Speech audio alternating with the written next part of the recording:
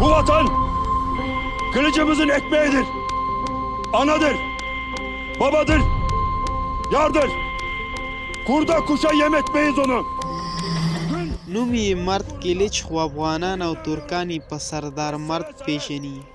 Yine ölürüz yarın. په څو محدودو سریالونو او فلمونو کې اداکاري وکړه خو شهرت یې ډېر زر پیدا کړ. Çok dikkatli olun.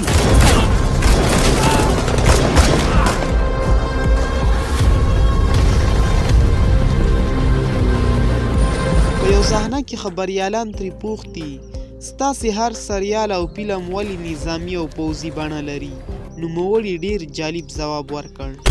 د ډېرو مینوالو په غوښتنې سره نن د درې مورچل سریال اداکار سردار مرد په ژوندلیک درته غږیږو. د پشتو لایو لایبرري معلوماتي ویډیو ته یو ځل بیا ښه راغلاست. مرد کلیچ یعنی سردار مرد چې مسلک یې اداکاري او ماډلینګ دی نوموړی د اپریل په 24مه په 1988 کال د ترکیې په اماسیا کې زیږېدلی دی یعنی اوس مهال یې عمر 45 کاله دی.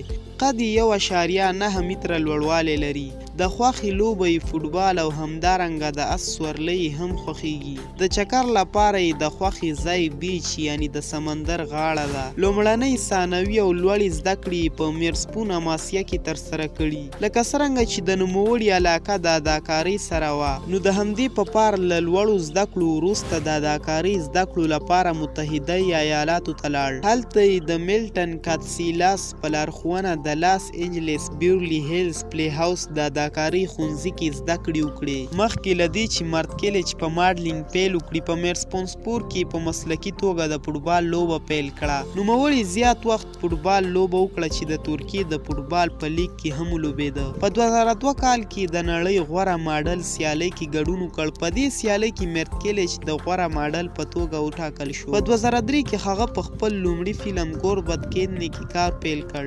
د 2010 او 2014 کلونو ترمنځ یې په شپکټ تیفي او سنګور لر تلویزیوني لړۍ کې کار وکړ چې دا لړۍ په افغانستان کې د درې مورچل سریال په نوم سره یادېده. لکه څرنګه چې دا سریال په افغانستان کې د یو تود هرکلي سره مخ شو نو همدارنګه یې په ترکیه کې هم اور بل کړی و. له همدې سریال وروسته مرد کلیچ زیات شهرت ترلاسه کړ. مرد کلیچ د 2014 کال د جون په 9مه د درې مورچل سریال اداکارې لیلا چې خپل نوم یې اصلحان ګونر دی ورسره واده وکړ. دوی تر دې دمه هیڅ ماشوم نه لري. د کوموتان له فلم نه وروسته په یو صحنه کې خبریالانو له مرد کلیچ څخه وپوښتل چې ولې ستاسو هر سریال او فلم نظامي او جنگي بڼه لري؟ نو نوموړي په ځواب کې ورته وویل زما پلار یو سرتیری و. زه له زیږون راهیسې په یو ښه نظامي کورنۍ کې رالوی شوی یم. زه په ځوانۍ کې له خپل پلار سره اتحادیې ته تللی وم. زه له اردو سره د نه منلو وړ تړاو لرم. ما په شخصي توګه د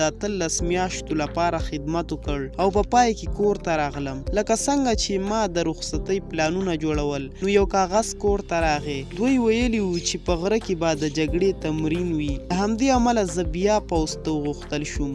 موږ په غره کې تمرین وکړ. له همدې امله زه له اردو او کمانډو فلمونو سره ځانګړې اړیکه لرم. نوموړي په ډیرو سریالونو او فلمونو کې کار کړی چې ترکي نومونه یې قربت کیدنې، شفقت تیفي، تاتل اشکرا، اصل او نوتما، ایزل یلما، سنګور لر او کوموتان.